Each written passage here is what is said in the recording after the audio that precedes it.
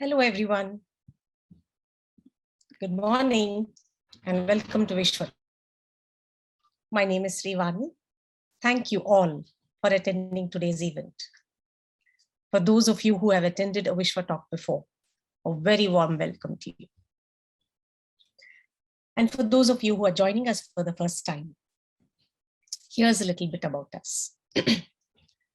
Vishwa Talks is an initiative by Vishwa, which is an online platform for everyday change makers and social champions. It's a crowdfunding platform and a crowdsourcing platform.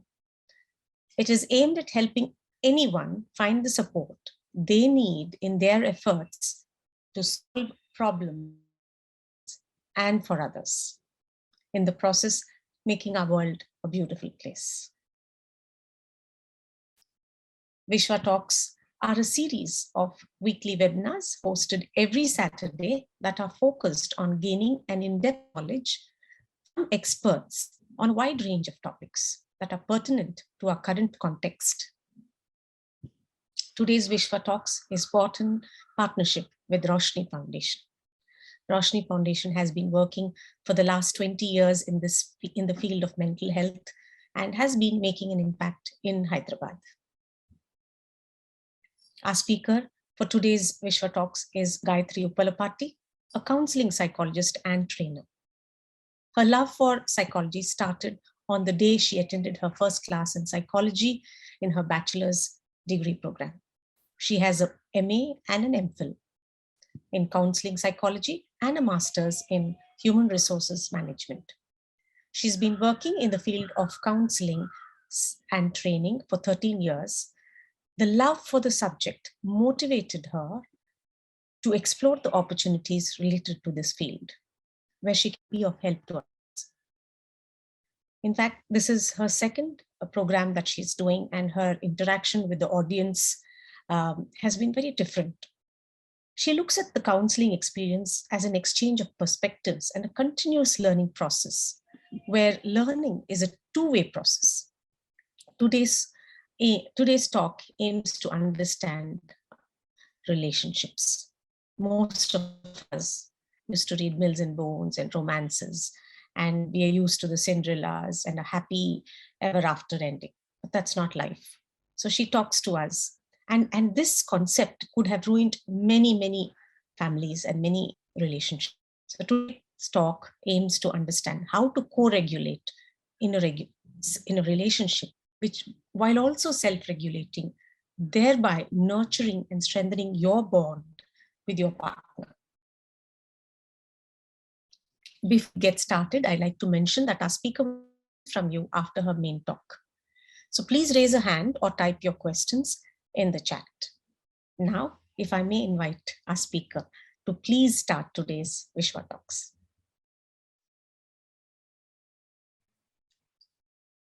Good morning, everyone. I'm Gayatri. Welcome to this session, and thank you so much for joining us on this Vishwa Talks. So as the topic is already introduced, we're going to talk about co-regulation and self-regulation in relationships, and how does it help us in forming healthy relationships or harmonious relationships, which is a priority, right? That's what brings in peace. So I want to start the presentation with a story. There were two Zens, let's name them Zen 1 or Monk. There were two monks, Monk 1 and Monk 2. Monk 1 has been gathering a lot of information, a lot of knowledge. He's been traveling across countries to gather a lot of knowledge through which he can help people and himself. So as a result, he was traveling countries, traveling different places. And one fine day, he sits and tells himself that whatever I have learned so far is not yet sufficient. I need to meet someone who teaches me more. Whatever I've been taught so far is not complete. You know, there is still something which is incomplete. There is still something which I need to learn. So he starts in search of another wise man who can teach him more. In the process, he comes across Monk 2, and he gets to know that Monk 2 was able to help a lot of people with immense knowledge. So he gets really, really fascinated to meet him. So he meets up with monk 2 and he tells him that, I have come from a long distance to meet up with you, and I'm looking for something that you can teach me more. So the monk 2 says, why not, have a cup of tea, and then we can discuss what is it that you want to learn from me later on. Let's have a cup of tea. And he starts pouring tea from a teapot into a cup, and he pours it even when it is overflowing. So the monk 1 is surprised, like, he doesn't even know how much tea goes into a teacup. He's still pouring, it's overflowing. What is it? So he stops monk 2. He says, what is it? How much more are you going to pour? It's overflowing. Why can't you stop? Monk 2 says, this is exactly what is happening to you. You are already full of knowledge, you're already full of speculations, you're already full of judgments, you're already full of preconceived notions. So who else can teach you more? Who else can pour into your cup? Until and unless you empty your cup, until and unless you put into application what you have already learned and learn from the feedback and move on, who else can pour more into your cup? So it is time you empty your cup. It is time you understand what is supposed to be retained in the cup and what is supposed to be discarded. The cup here is our mind, right? So marriage as such, marriage or relationships actually have a lot of ideals which are built in our minds since childhood. We'll move on to the first slide. These ideals are usually built by parents or people around us, the extended family, our own understanding of relationships. We see our parents in action, right? So our own understanding of relationships, marriage, the movies, which have a huge impact, as I have already discussed in the 1-minute video for this program. The movies have a huge impact on our mind, building these taglines like, he or she will understand me, they're happily married ever after, he or she would make me complete. We start getting attracted to these because we feel that, it feels wonderful, right? Like we are in a relationship where the partner completely understands us. We don't have to talk about our emotions. Our silences are also understood wonderfully. And we are always in sync with each other. There are no fights, absolute bliss. What a bliss it is, right? So we all get attracted to these ideals and we start building up these ideals in our mind, which actually create a huge problem for us because there's a huge gap between the reality and what the ideals are already set in our minds about relationships. So this is the gap that we are trying to learn about during this session, and we'll also learn about the how to bridge the gap as we proceed. So what are these baggages? I would prefer calling boxes always, but I'm refraining myself from using boxes because my previous presentation was just about, how to not fit into the box. So I preferred using the word baggage this time. So what are the baggage that we get into any marital relationship or any relationship? These are our own experiences from past life. So when I mean past life, it is from childhood. We all have our own needs from childhood, right? No childhood is perfect. So no needs are completely met. No needs are 100% met. No parents are perfect. So they can't cater to any child's needs 100%. Right. So whatever unmet needs that we have from our childhood, from our relationships in the past, they're all there in my mind as a baggage. All right. So apart from these childhood experiences, childhood needs, childhood expectations, we also move on with the same expectations into adolescence and adulthood. We still have that craving for our needs, which were once unmet by our parents, and a desire that, the partner would meet them. We also have a lot of emotions that we bring along into the current relationship. It could be guilt, it could be anger, it could be anxiety, it could be aggression, it could be any form of emotional baggage along with the primary and the predominant emotion of guilt and shame, which we bring into the current relationship, which is marriage. There are a whole lot of expectations that are built in our mind, especially if I have to give certain examples with respect to gender differences. Like women are always told that you've got to prioritize your relationships. You have to make everyone happy. You'll have to prioritize others. And a few others could be like you have to prioritize relationships over career, and you got to keep the family intact, united, and at peace, and running and functional. So these expectations actually create an ideal for us, and we have a need to prove ourselves to others, not to ourselves, but we have a need to prove to others. We have a need to please others. If it is for men, usually men also get into expectations, although we don't talk much about it. It is women who come out in the open, men don't talk about it. The expectations with respect to men is they have to balance between the mother and the wife. If he pays more attention to the wife, he's called a henpecked husband. If he pays more attention to the mother, he's called a sissy. And how is the poor man supposed to balance? I most of the times use, for men especially, I use this metaphor that they're actually sandwiched between the wife and the mother.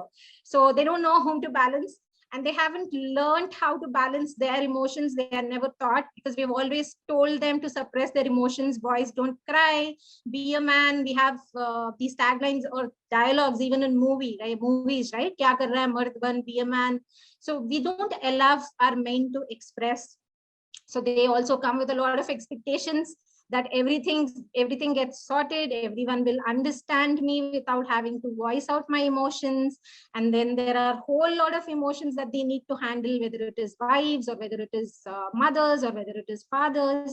And then there is a pressure to keep everybody united, everybody paid attention to, right? So we walk along with these expectations into marriage. Now our cup is already full, isn't it? Even before we started the relationship, even before we started to understand our partners for what they are, our cups are already full. And our cups are already full, and this is what is called as the preconceived notions that we enter into a relationship with. Moving on. Usually, although we have put girls and women here, I think self-doubt is common between men and women as well. Marriage, relationships, or career these are the major decisions in life. Until then, all the decisions are not taken independently, or even if we have taken decisions, they are not life-altering decisions. They are not huge decisions which kind of alter or which kind of make or break our life, right? So there is always a fear associated when we have to make major decisions, because I'm not used to it so far. So, but am I equipped to make decisions on my own? Am I brought up in a way that I can actually take my decisions on my own? No, I haven't been trained that way where I can take decisions on my own. I have always had somebody who would take decisions for me, or somebody who would help me take decisions, or I had somebody to turn to whenever I had to take decisions. But once we are married, we are suddenly told that now you're on your own, you got to balance everybody, you got to balance yourself, you got to take decisions on your own. Huge task, right? Now we don't know whether to please ourselves, whether to please others. The self-doubt remains the same, because I'm constantly corrected all throughout my life, saying what is right, what is wrong, how I'm supposed to be, how I'm not supposed to be. And suddenly after marriage, I'm left on my own. How am I supposed to handle? So there is a huge self-doubt, whether it is with respect to women or whether it is respect to men. There is a huge self-doubt in them as to whom am I supposed to prioritize. Is it the partner? Is it myself? Is it the relationship? Or is it the others? There are a lot of questions, self-doubt, and no experience of taking huge decisions so far. So this self-doubt actually leads to indecision, wherein indecision is a phase where I can neither go this way nor that way, right? I don't know what to decide. So it is this indecision which actually causes a lot of emotions, and that is what makes it difficult for us to open up and speak as to what we are going through. All right. So our cup is already full with a lot of preconceived notions, and added to that, there is a lot of self-doubt which has resulted from a lot of experiences or parenting or our own observations. And with all of this, we enter into the marital relationship. All right. Moving on. Let's have a small poll here. We can have a poll generated for the audience. So there is a question that is being raised for you. So you need to answer this. What's the goal of your marriage or relationship?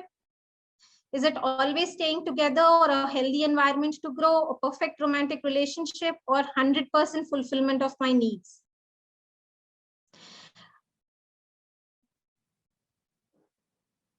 So we have 12 people who have taken the poll.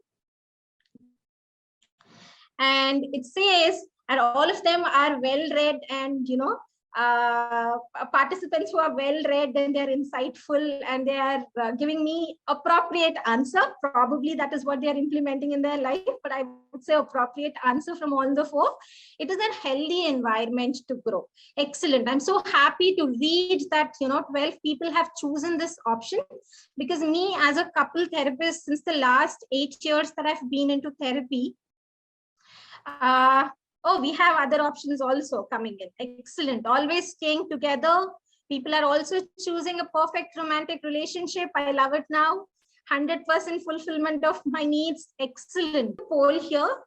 We'll go with the results. So there are 4 out of 42 who said always staying together. There are about 35 out of 43 who said a healthy environment to grow. Excellent. That's the goal.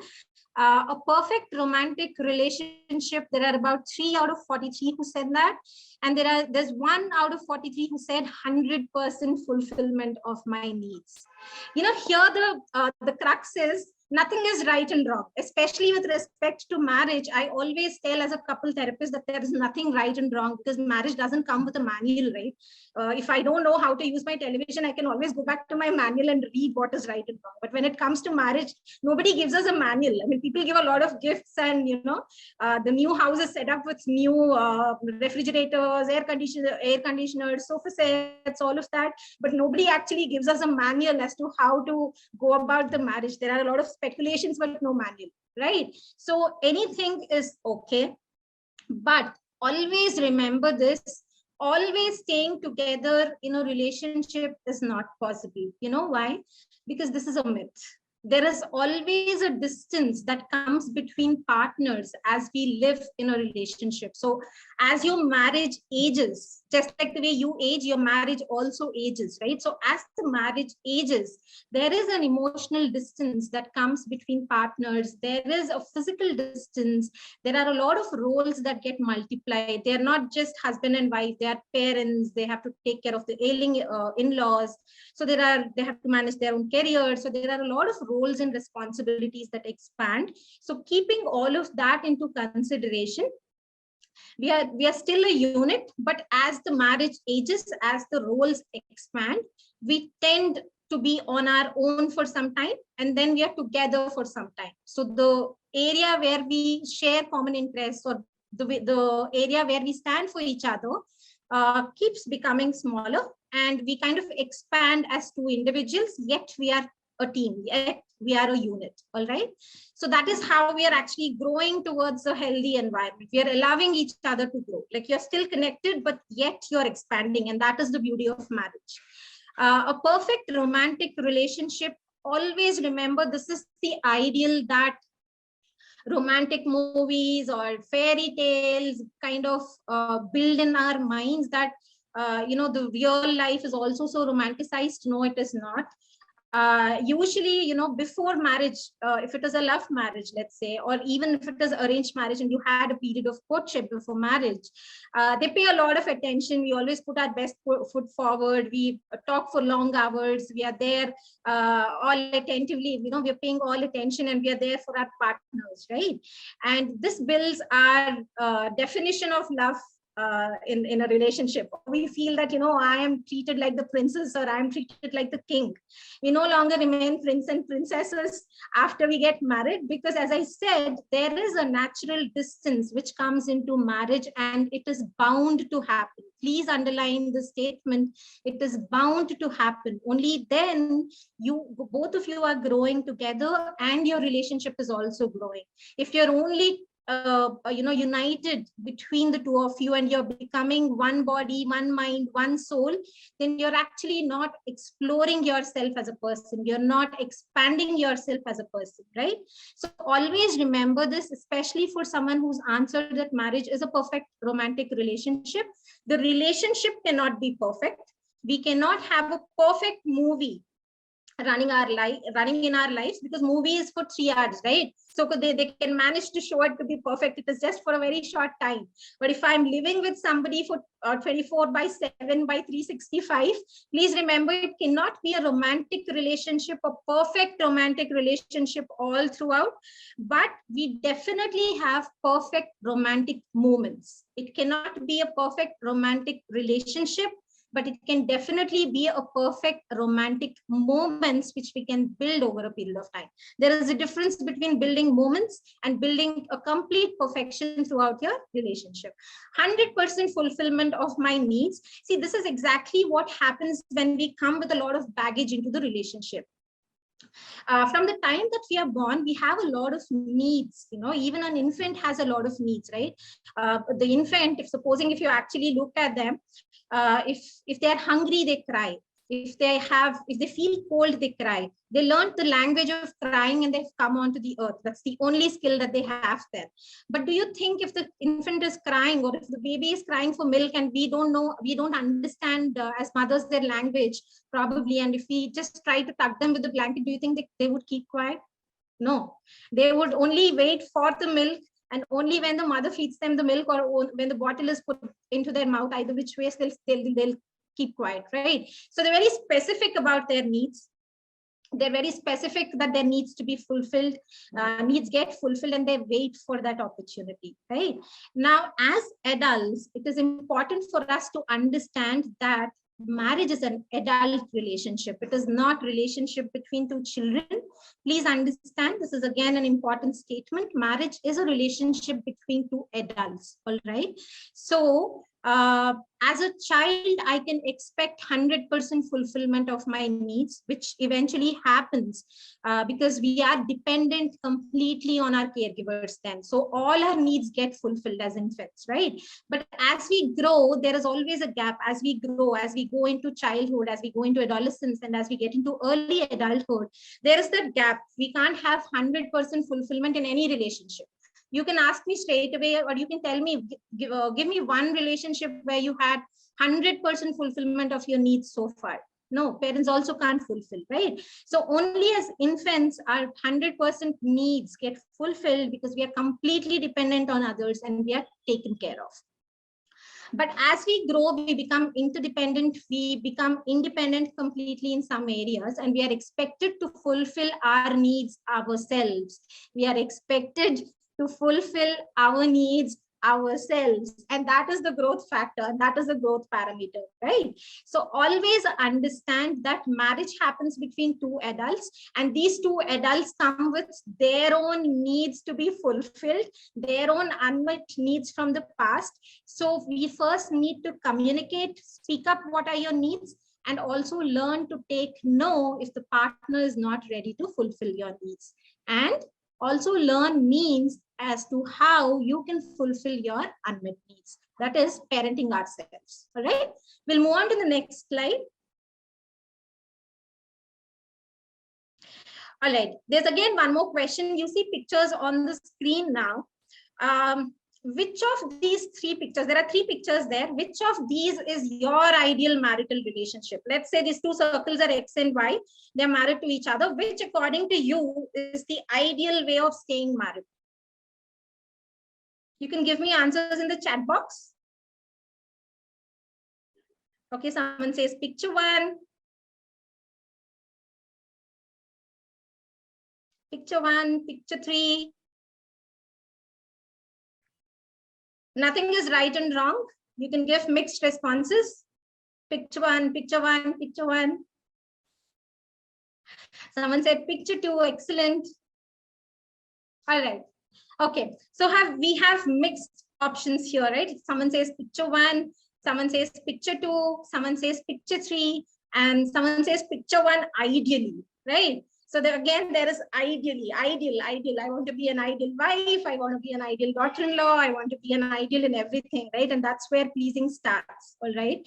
So always remember, is marriage between two people or is marriage between two families? I always have this question. I think I had this question even when I got married.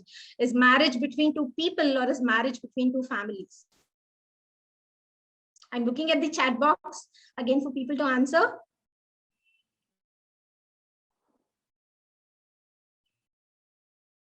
Two families, especially in India, I love it. All right. See, I would always say that although we are brought up, yeah, in the Indian context, it's more about families. Yes. Also, since the time that we are brought up, we are always, this is again a gendered aspect, wherein we are told, especially women are told, that we are supposed to balance the families, the relationships, and all of that, right? So here, always remember in this mind, this is the fundamental aspect, a fundamental myth that we always need to put aside and work in marriage. Why? Because if I'm trying to please everybody at the same time, if I'm trying to make mother-in-law, father-in-law, sister-in-law, probably extended family, and then spouse, everybody happy at the same time, it is natural that we will lose ourselves in the process. This is especially for women. I'm saying this not just as a psychologist, even from my own personal experiences. I'm saying this because it happens to everybody, and I see that happening to most women, irrespective of their educational background, irrespective of their career, occupations, even all that doesn't matter. They're all trying to fit into this mold of pleasing the entire new family, or making them approve her.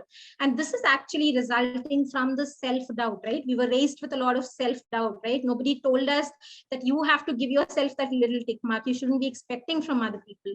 So as we enter into a relationship, we always try to please everybody around us, but always remember this: until and unless we are happy and content with ourselves, we will not be able to take care of anybody. So as women, while taking care of ourselves, we got to take care of others. Nobody told us that. So self-love is more important than any other relationship. Even with your spouse, it is secondary. But what is important is, how much do I love myself? How much do I respect myself?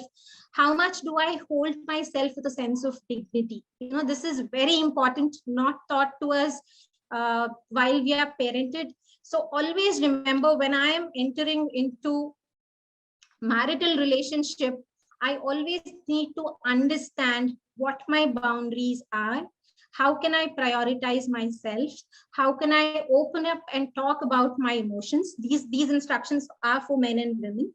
How can I open up and talk about my emotions? How can I communicate what I am going through?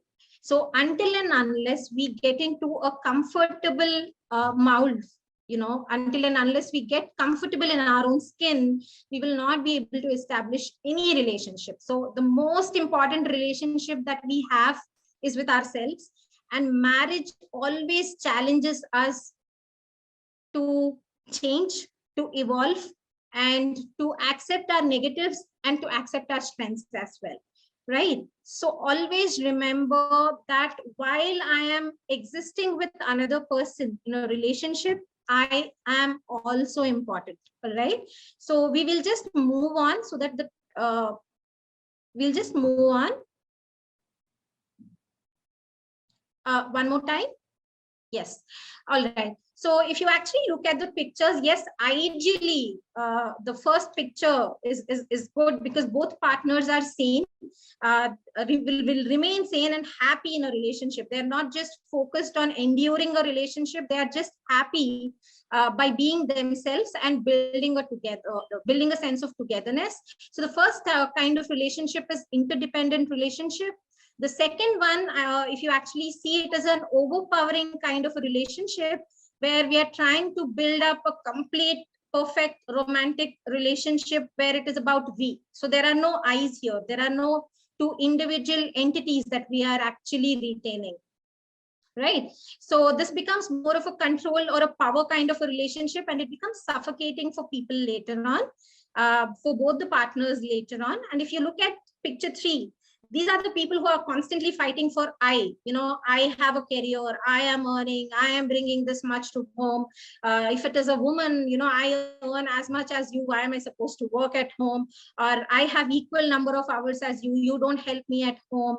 Or the man says like, I have enough at work, I just want to come home and relax. You're actually disturbing my peace, I don't have peace as soon as I come back from work.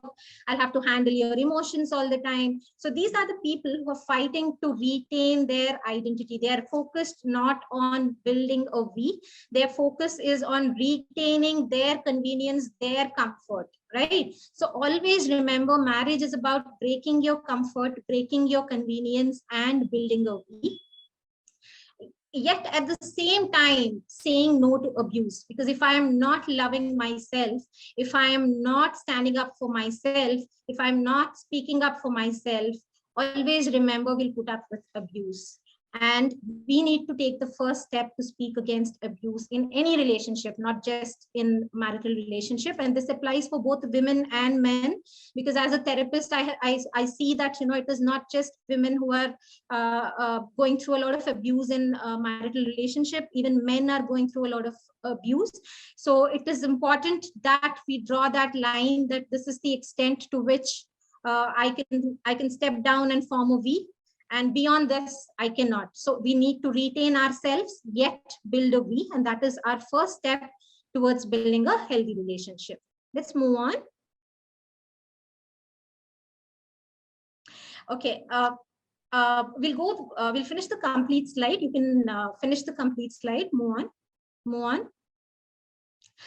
There is this emotional bank account concept, which has been given by Gottman Research Institute, and it is a beautiful concept. Now, what is this emotional bank account? We all understand bank account in general, but what is emotional bank account? Now, imagine there are two partners, or there are two individuals who share a common bank account. Okay, and they have made a premise that both would deposit and both would withdraw from the account. So imagine one partner is putting in all his or her hard-earned money into it, and the other partner is withdrawing and happily enjoying with it. So at some point we'll all get frustrated, right? Probably within someone would say like, what is it? I am the one who's depositing and he or she is the one who's withdrawing. At some point we would get frustrated, or at some point we would get angry, right? It might be a week or month, years. So what is important for us to understand is, with respect to a bank account, the currency there is money. With respect to relationship, the currency here is our feelings. Nothing crop up when the emotional needs are not met. And these are very simple, although we feel that they are very difficult. Please trust me when I say these are very simple, because emotional needs are something which requires you to be there in the moment. Like, I have to unwind all my baggages, keep everything aside. When my partner is angry, I am supposed to understand why is he doing that, instead of thinking, oh, did I cause that anger? How am I responsible? Is he blaming me? How can I fix this? So instead of going into a problem fixing mode, if I can just sit there in silence and let him or her emote without interfering, any form of emotion will be settling down in less than minutes. But how do we do it? There's a tug of war that happens, right? One pulls from the other side, the other person pulls from the other side. As a therapist, most of the time, we are playing the silent role, where we are just sitting in our chairs and watching both the partners talk about each other. And there is huge complaint lists, at least for the first 2 sessions, there's huge complaint lists. So I, as a therapist, personally, I let them vent, because that is what they need, right? So I don't stop them. But at least at the end of the first session, or by the second session, I ask them to do a role reversal. Like, so far you've been complaining about your partner, so why can't you be a partner and speak? And most of the times they have such difficulty coming up with complaints about themselves, and they're just not comfortable in the role reversal, and the complaining stops just in few seconds. Not even a minute, it doesn't even reach a minute. I time them, literally I time them, because I have to tell them, right? And they're not even comfortable. And then I asked them, like, you were very comfortable giving the salt aspects of your marriage. So didn't your marriage survive through sugar aspects? See, as therapists or as a psychologist, we can only make people think. We cannot change anybody. In the initial phases, as a psychologist, I was very, very anxious, and I was like, no, we'll have to change people, and we will have to make them understand that the relationships are important. They need to prioritize all of that. But as I said, like, we change, as we age, we change. There's some learning that's happening there. So now I feel that as a psychologist or as a trainer, my job is to leave people with thought-provoking questions. So emotional needs are not difficult. Please reframe these kind of statements. They are very, very simple. You will just have to be there with your partner in your complete senses, like all the 5 senses. Okay, you can take away the sense of smell, but apart from that, all the senses have to be there when I'm talking to my partner. I need to understand, like, whose emotional moment is this now? Supposing the husband came angry from work, and he's not talking, he's silent, he's watching the TV, and I'm starting like, why isn't he talking? I'm waiting since morning for him, and he's here sitting and watching TV. I'm trying to make a conversation, he's not striking a conversation. What am I supposed to do?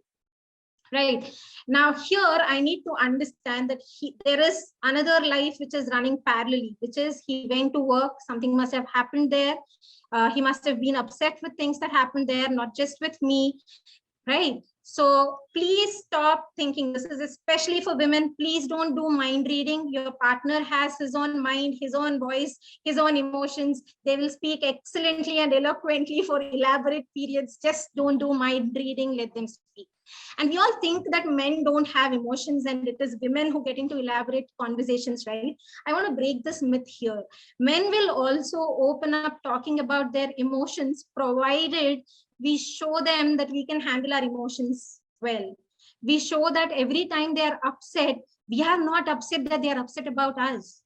I'm okay. I'm ready to take the feedback. I'm comfortable in my own self, and I will allow him to express his emotions without attacking him. So I'm listening without the need to attack, right? So when we as women give them the space, men will also emote. And I will always say that marriage is one relationship which can break all the myths that we have built since childhood. The men weren't given a place where they can emote. Probably they would have cried, but they would have cried when nobody was seeing. They would have cried, but probably with few close friends. So why not we allow our men to cry at home?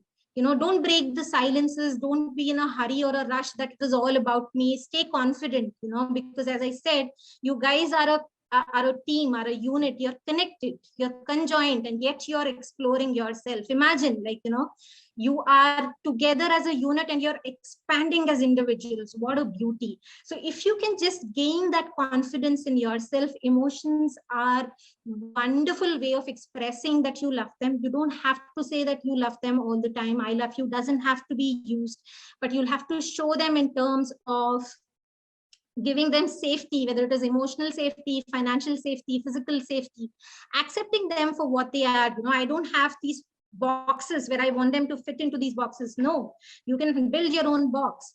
I'm giving them the freedom and I'm allowing them to be. I'm giving them a sense of touch, which is very important.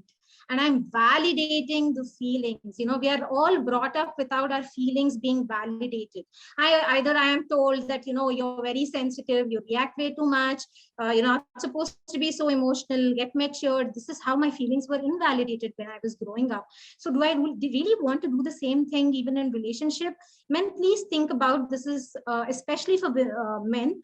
When your wife is actually talking to you about her emotional experiences, she wants you to listen. That's it. You don't have to fix her problems. You don't have to give her advices. You don't have to give her suggestions. She'll come up with her suggestions herself. She's an adult. Remember, she's not a child.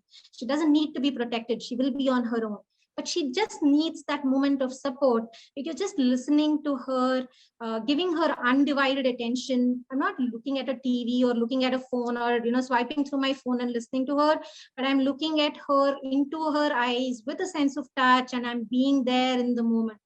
And that moment, you're making your wife feel like a prince, you're making your partner feel like a princess, sorry. And they don't need more than that. They don't need costly gifts, they don't need anything else. If you can just validate the feelings of your partners, again I'll say the same thing, you're joint yet you're exploring your own selves, you're expanding yourselves. And that is the beauty of marriage, which gets missed if our feelings are invalidated. All right, we'll move on. We are coming to the last slides of a presentation. This was our topic where we started co-regulation. So self-regulation, we all know, because we were always told that you got to handle your emotions, you got to be responsible for your emotions, you've got to be accountable for all your emotions. We were told all of this. So yes, we are responsible for our emotions.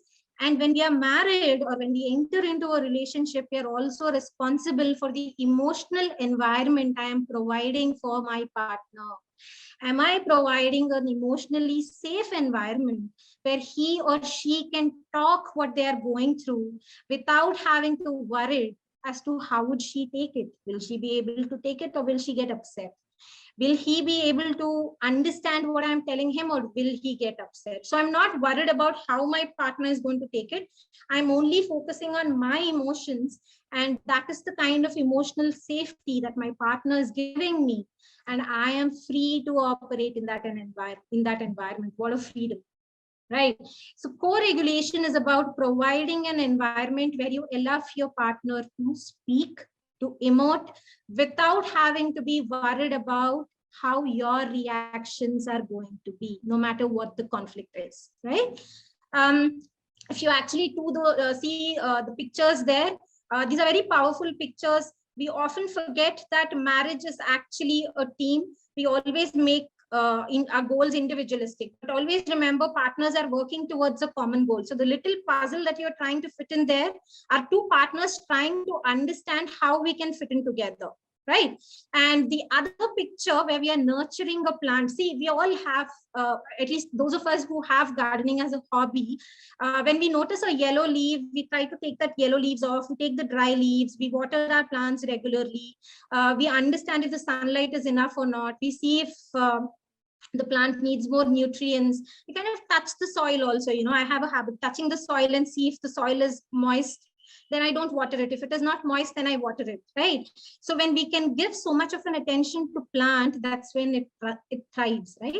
So similarly, always remember, like, you must be boiling from within. Something your partner must have done and it must have triggered your anger. You're absolutely not in your senses. You're like, boiling milk, right? I always give this example. You're like boiling milk. It just takes a matter of a moment to just step back and just understand. Now, if I say something, I cannot take back those words. I can say a lot of things at that time, but can I take back those words? The power will no longer be with me. Once I react like a spilled milk, it spoils my environment. The power is no longer with me. I'll only have to clean up the mess later, right?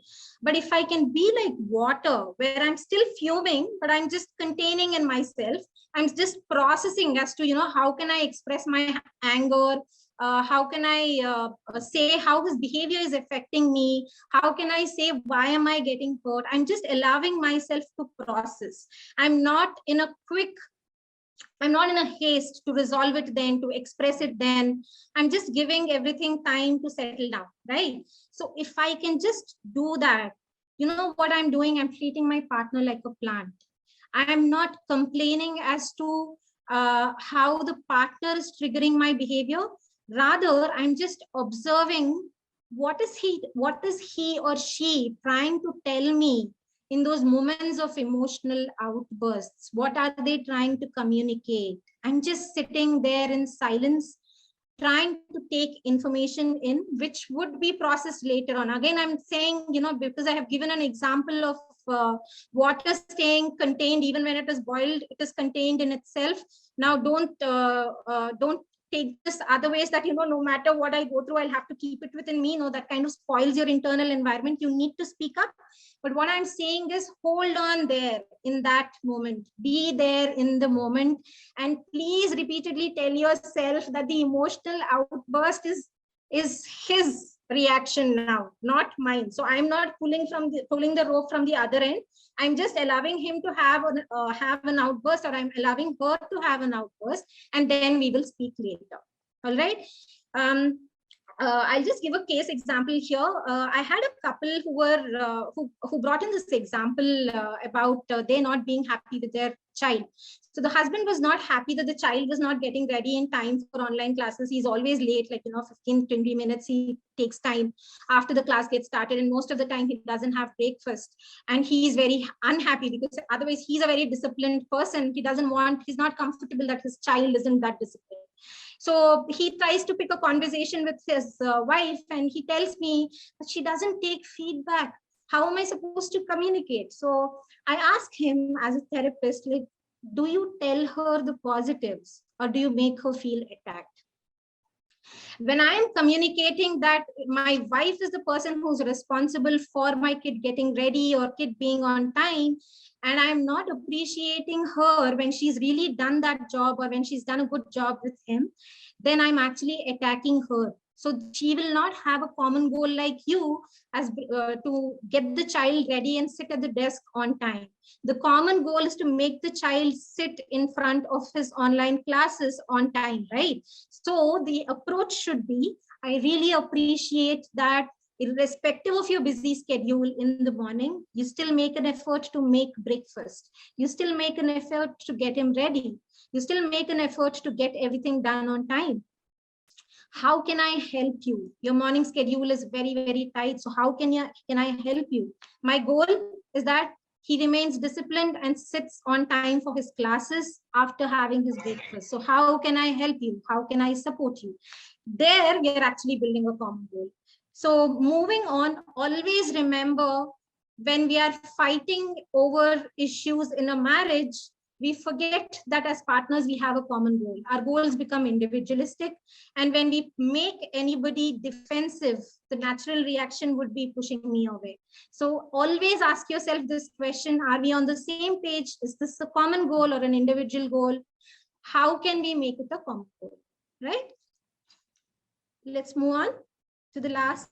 I've done the story to the last slide. All right. Now, these are the quick 5 A's by David Rico. You can actually search for him. He writes wonderful books on relationships. I personally love his books. One of the book is How to Be an Adult in Relationships. I think all of you should go through it. It is a self-learning book.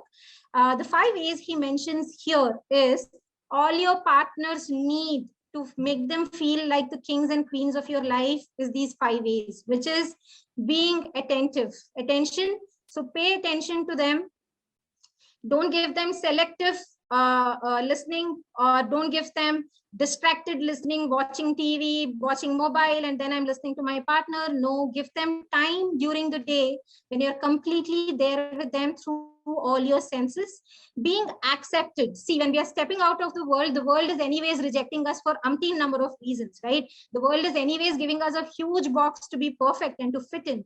So as partners, you don't have to give each other a box. See how you can behave out of the box, how you can allow each partner to be. So without having expectations on the partner that he or she should fit in, why can I just not let them be? So accepting themselves for what they are. Being appreciative, as I said, give the partner what they want. If women are saying that I need to be listened, you have to give me undivided attention, give them that. If men say that I need time before I emote, I need time before I break my silences, give them that time.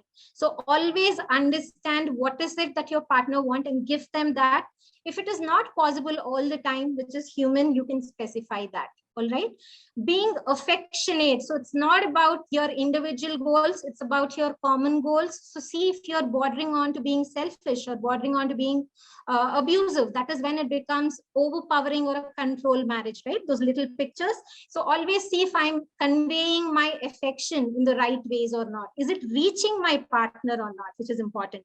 Take feedback from your partner. You might feel that you're giving it, but if your partner says it's not reaching out to them, then please ask them, how can I give it to you? How can I be affectionate to you? How can I show you that you're loved, right? Allowing. Always allow your partners to be without the need to control, without the need to break the silences, without the need to break the unresolved issues, without being in a haste. Be in the moment, live in the moment, be there with your partner in the moment, right?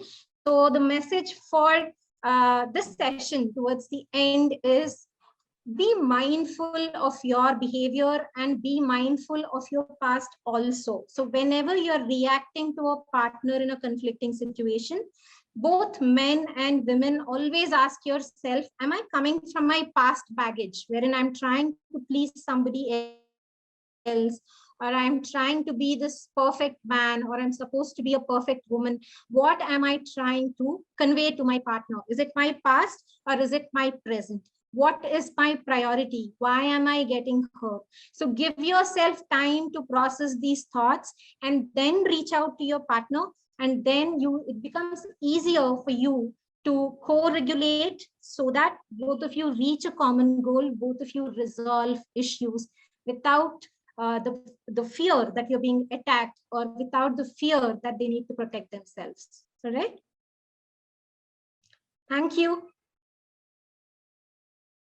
Oh yeah, you can reach me out. My details are given because few of the participants wanted my details last time. So it's all there. You can reach me out there. So now we'll be taking a little survey. This survey is conducted to curate the topics so that each of you can get webinars which you all are interested in.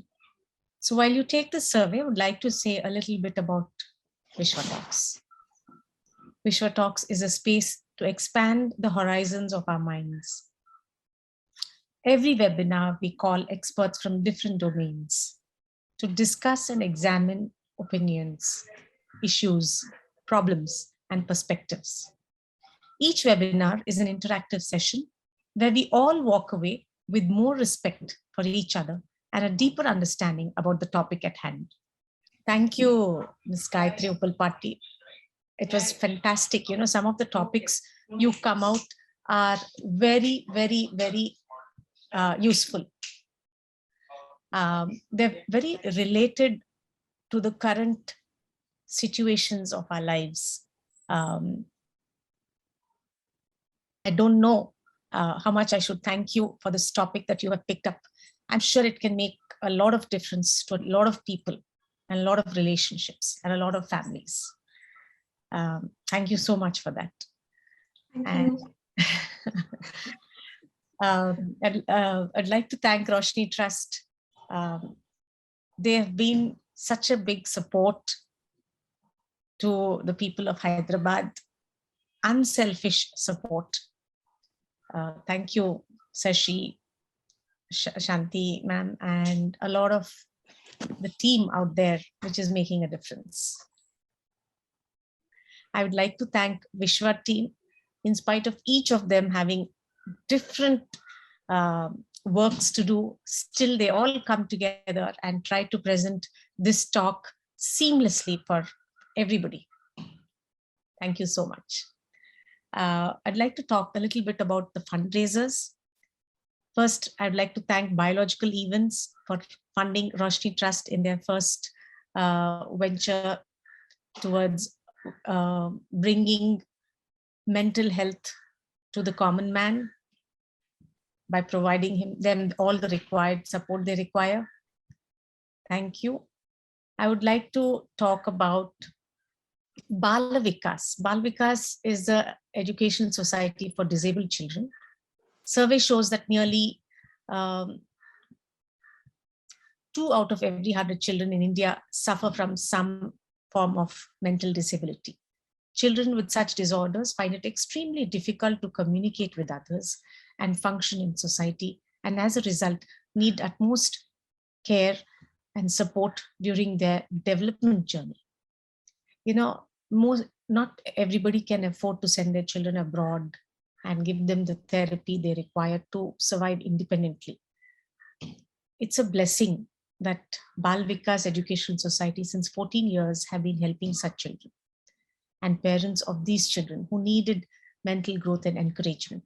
They're raising funds to help them pay salaries for their incredibly committed, devoted faculty of teachers and counselors. Each salary for each of these teachers is around 15,000 a month. If anybody who has an organization where they're paying salaries for 50 people, adopt one more teacher, pay their salary. At least another 30 students or 40 students are going to benefit through that one gesture. Either you do it or you share it with somebody in your circles who can afford to do that. Then there is a school, Totapalli Zilla Parishad High School. They've built they would like to build toilets for girl children. You know how important it is for the girls to have private toilets, for environment. The total strength of the school, Totapalli Zilla Parishad High School, located in Kalvakurti Mandal of Nagarkarnool district, is around 226 students, of which 128 are girls and 98 are boys. The girl child is usually shy, and due to the absence of functional or usable toilets in their school, these children are dropping out of school, and it's a need of the hour for these students. And we need to help them create a hygienic and healthy environment for them to ensure that they have a very promising future. So these are the basic facilities we can support them. Then there is Roshni Trust, which is conducting free psychiatric camps for the underprivileged. Statistics shows that every 4 minutes, someone is committing suicide due to large-scale urbanizations and a shift in the population from a family and a community-centric lifestyle to a nuclear, often lonely urban setting. And suicides around the world are on a rapid race, along with several other psychological disorders and emotional maladies. In an effort to change this situation, Roshni Trust, a Hyderabad-based mental health NGO, has been rolling out an initiative to conduct free psychiatry camps for the underprivileged. Roshni Trust has been founded in 1997 by a handful of caring volunteers. Roshni was started with a vision of a society in which fewer people die by suicide and more people are allowed to explore and express their feelings while acknowledging and respecting the feelings of others. Roshni's primary objective has been to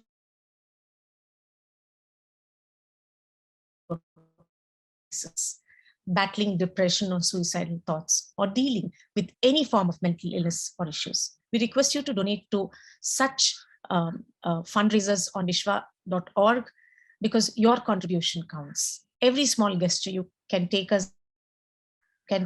someone out here a long way. By donating or supporting to such causes, we would invite you to be an esteemed member of the Vishwa community of change. You can share the fundraisers with your friends and family. Here is vishwa.org for people of Hyderabad. We would like to scale it across the country, but right now we're doing it for Andhra Telangana to ensure all the teething issues are sorted out while we bring this platform to the public. So here it is for all Hyderabadis. Anybody who is a change maker, you all are free to start a fundraiser out here on vishwa.org. Similarly, you all are free to be a part of the community which helps change, to bring about change in Hyderabad.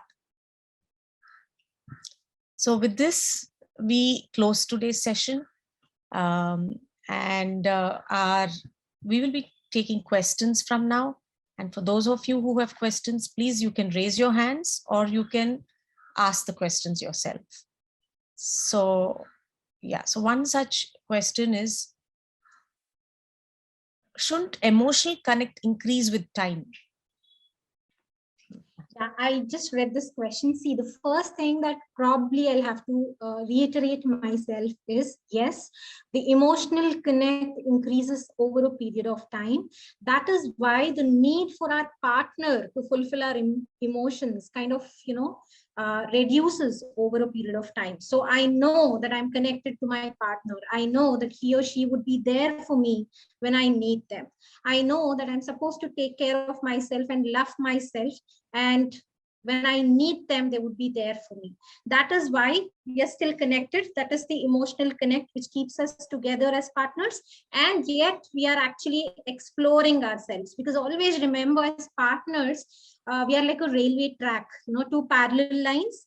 So we would join at some points, we would again diverge at few points, again come back. So we are actually parallel lines. We have our own lives, and we are actually exploring ourselves and evolving as people, yet we are joined together and evolving in the relationship as well.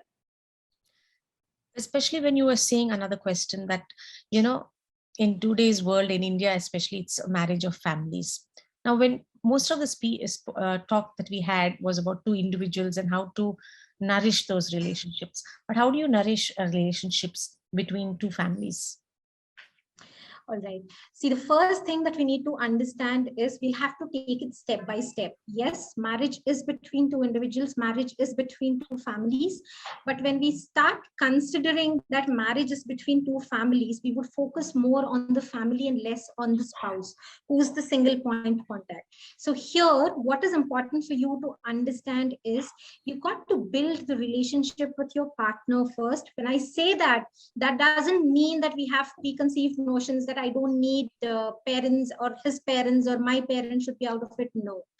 Whenever I'm not comfortable as to my relationship with his mother or his relationship with my parents, that is when we are ready to take feedback. That is when I'm ready to communicate to the same, instead of living in this myth that I'll have to please his parents, I'll have to please his family, it's always about them. No.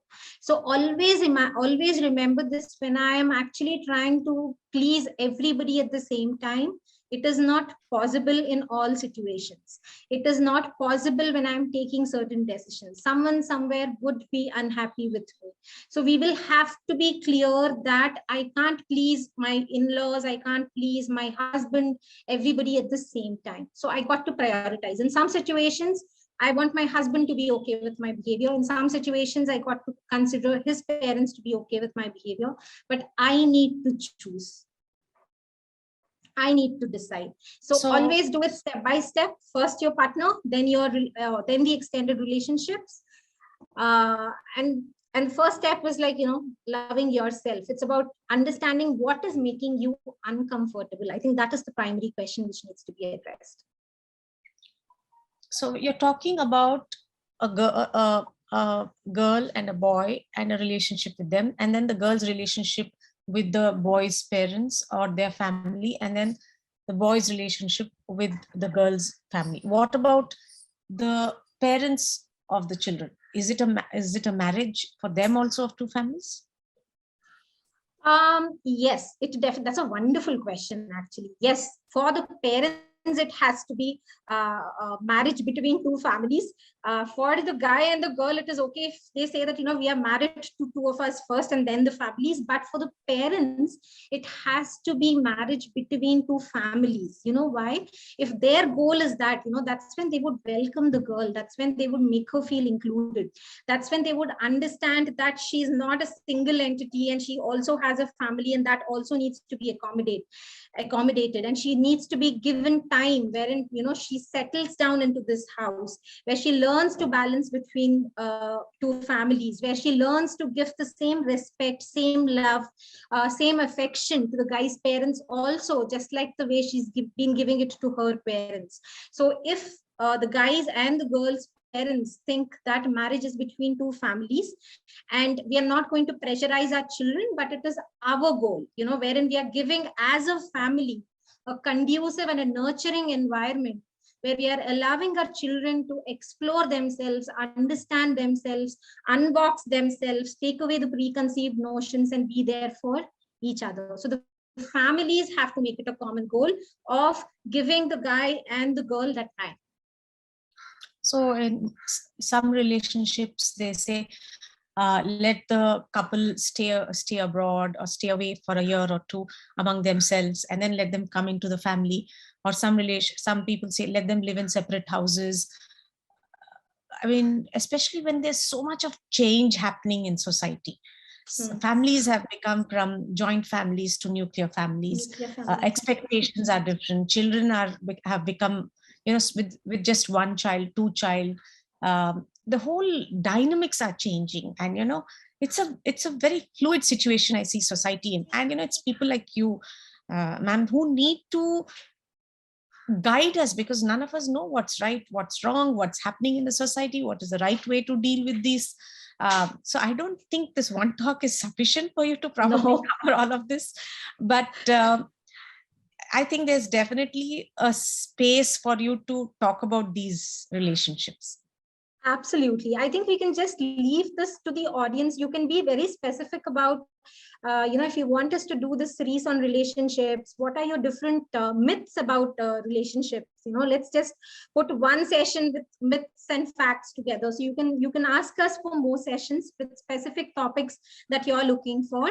I just want to take one question, if we still have time, on breastfeeding. If we can promote bottle feeding, directly or indirectly. See, I would always say that as a psychologist, I think this is very important to specify on this platform that for a child, the significant caregiver for the first few years is the mother. All our secured attachments stem from this. Right. So breastfeeding is the primary need, right? Because the food, which is the basic need, is being given, and there is a sense of touch, there is a sense of security, the sense of trust which is getting built by the infant. He or she knows that if I cry, mother is going to come, and it is the same person who caters to me. And what better way to communicate this to the child through actions? You don't have to speak, the touch speaks, feeding them speaks, right? So breastfeeding is definitely important, and it needs to be promoted. Bottle feeding, yes, it is also an option and an alternative when you don't have breastfeeding as an option, right? I wouldn't promote either this or that, but I would always say, as an adult, make your choice. Take informed choices, right? Breastfed children, research shows that breastfed children are healthy in the long run. Their immunity is good. They have a healthy body and a healthy mind and a healthy emotional attachment too. So just read up before you have these conceptions that bottle feeding needs to be promoted or breastfeeding needs to be promoted.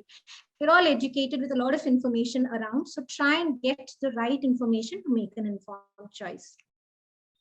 There is one Padma Penmatsa who would like to ask a question. All right. Hello. Hello. Yeah, Padma. Hello. Today I've learned a very nice line from you, which is, how can I do this, or how can I listen up to you, or how do I do this so that you can be opening up and listen. Emote what you can. So I really like the line, how can I? And I'm going to apply it in the next from tomorrow. And also I'm working on myself, how to make my partner laugh. All right. Because I think, అది లాగి పీకి చేసేదాకా కాకుండా arguments, ease out the argument or the conversation with this sense of humor. Yeah. Not criticism, but a sweet sense of humor. Because that's an excellent insight, Andy. See, I think I couldn't, you gave me a feedback to improve on my session as well.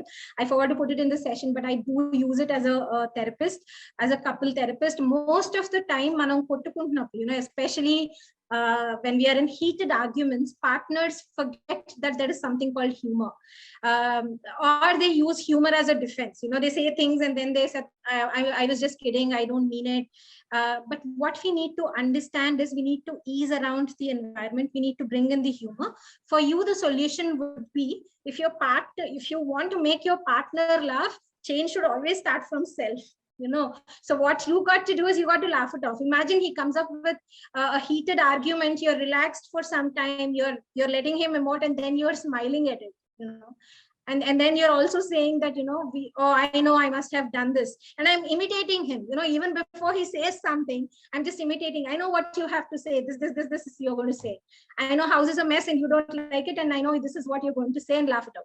Right? Then I am easing the pressure of being perfect. I am easing the pressure of him attacking me, and that's what makes him comfortable, Andy. And another point that I need to tell here is, if we as women, if we can get comfortable in our own skin, in receiving and giving feedback, we become extremely attractive to our men. We don't have to chase men, they will chase us. They are supposed to woo the woman. Women are not supposed to woo men. They are supposed to woo us. So if we can just become comfortable in our own skin, in our own emotions, whether expressing it or giving and receiving feedback, you will have your men all around. You become extremely attractive in your feminine form to the male gender. Right? Thank you. A question from Jahnavi. Why do problems or fights arise after 10, 12 years of marriage, but not in the earlier stage? That's an excellent question, Janavi. That's why those pictures, right? See, if it is an arranged marriage context, when the groom comes to see you, we're all dressed up in our best attire. We put our best foot forward and we say all good things. So we started pleasing the groom or the partner from there itself, right? So if you remember those three pictures in the slide that I have shown you, the interdependent, the control, and the convenient. Initially, what happens is most partners are busy pleasing their partners, whether it is a woman pleasing her husband or it is a husband giving their best, either which ways. So when we are actually putting our best foot forward, it's always about prioritizing others and making them feel comfortable, right? So naturally, though, fights can be less because we are mostly agreeing. But as we proceed in marriage, there are times when we reverse. If I am paying excessive attention to others and if I'm prioritizing them, I start questioning, as to, do I have that importance? Am I loved?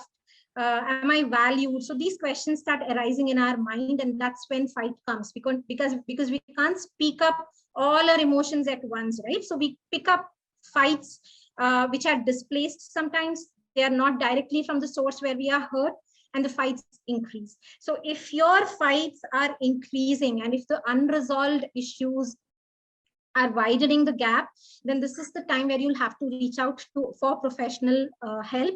This is how the sessions are going to be. We're going to talk, that's it, nothing more than that. But it gives you an environment where you can open up and where you can speak your mind up. So if you feel that the fights are increasing, please reach out for someone. It could be family initially. When I say family, they shouldn't be adding their conceptions into your fights, which are already there. They should be neutral listeners. So if you have someone in family like that, you can reach out to people like that in family and friends. If you don't have, then you can reach out for professional help. From a question from Ara. When your partner does not understand your emotional needs, even after multiple attempts?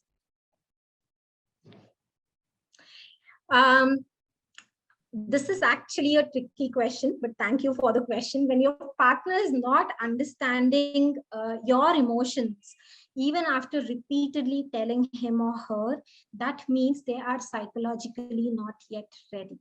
Right? Readiness in a relationship is very important. Sometimes they're not ready to receive it from you for their own reasons. Again, they have reasons. When I say psychologically not ready, they are not ready because either they are not okay with the way you tell them, either they are not okay with you repeatedly telling them, either they are not okay with you making them feel defensive or telling them they are not perfect, or they are not okay with you being not open about your emotions, or you being defensive about your emotions while you're being very open about his emotions, that they can then also they can back off. So there are multiple reasons for which a partner doesn't respond to your emotional needs.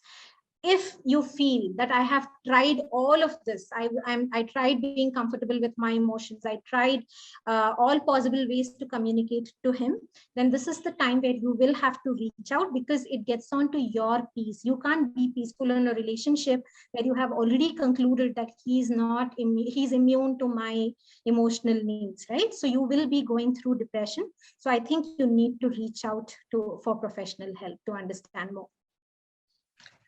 Question from Ms. Beena. When an elderly couple become busy, will internet for each one's interest and stop communication openly with each other becomes selfish to spend time with one own self? What will be the result? I think we as women are always raised that relationships are a priority. So most women, especially in the Indian context, always have this doubt of prioritizing between loving self and loving others. For them, loving self is equal to being selfish. And most clients, repeatedly keep asking me, they need validation. They keep asking me this question: is it okay to prioritize myself? Am I not being selfish? No, you're not being selfish, because you're raised in that kind of an environment. Thinking about yourself is considered to be being selfish. Second, how do I answer this question myself? I can't reach out to a therapist all the time, right? So how do I answer this question myself? You got to sit with yourself and understand your emotional bank account. Like, is my partner's deposits as equal to his withdrawals, or his withdrawals are high on the withdrawals are high on his end and low on my end? That means I am investing in the relationship more. That is why I've given you the concept of emotional bank accounts. You'll have to sit with yourself and understand your deposits versus withdrawals in an emotional bank account. I think that's when you will be able to guide yourself. A question from Ms. Aruna. What if the husband does not like girl's parents? The girl accepts her partner's choice, but girl's parents are confused, and there's pressure to explain different parties and also maintain harmony in the relationship. I think this is also very typical of the Indian scenario, where you're expected to please your parents, you're expected to please your in-laws, you're expected to please your husband. So that is why I've put that picture of self-doubt, where the girl is tied, like, what am I supposed to do? Already I'm raised in a lot of self-doubt. I already have a lot of confusion about myself. Now suddenly you want me to balance everybody. Now, please take this in writing, that all women go through this, or most women go through this, irrespective of their educational and occupational backgrounds. So please prioritize. You are important. Always, please take this in writing. This is your self-affirmation. Like, when you're getting married, more than focusing on the clothes and the jewelry and the makeup and all of that, I think you should carry a diary where you write this, like 100 times, 101 times, wherein you say that, no matter what, no matter the noise around me, I will not allow the noise to reach to my mind. I got to decide. Right? This is my time. I got to be decisive, so I'll do it my way. When I say I'll do it my way, again, the conjoint thing. Now, if I'm becoming two independent circles, then I'm not building a V. So yes, my goal is to build the V. When I'm building a V with my partner, if I'm hurting my parents at times, they're adults. They will understand. If not now, 4 years, 2 years, 3 years down the lane, they'll understand. They're not going to go away. They're going to be there. One moment of sadness or one moment of unhappiness with them, or one conflict with them, is not going to spoil the relationship. If it is going to spoil the relationship, then they need to work on the relationship. Right? So whether it is parents, or whether it is in-laws, or whether it is your spouse, the first and the fundamental thing that is a priority for you is you and your mental peace. So do what gives you peace. Rest of it will adjust over a period of time. You don't have to explain yourself. Please don't get into explanation again, especially for women. Because of the self-doubt, they tend to explain themselves way too much. They talk to a lot of people repeatedly about their problems and concerns. Please take this in mind when you repeatedly talk about your problems. Each person has a different way of speculating it. Each person has a different way of adding on to it. So be very sure whom you want to talk to, right? Sometimes when you're married, it's not, I would always say, it is not good to go back to your parents immediately. Just take your time and speak to a neutral friend, speak to someone outside of both the families. I think that way they would help. That was fantastic. So, yeah. So there's one statement from Ms. Neelam Singh. Good morning. A very thoughtful and need of the hour session during this pandemic time. Look forward to more similar sessions for children and adult relationships. Thank you, Gayatri ji. That's my favorite topic. I'm going to come back with it. Yeah.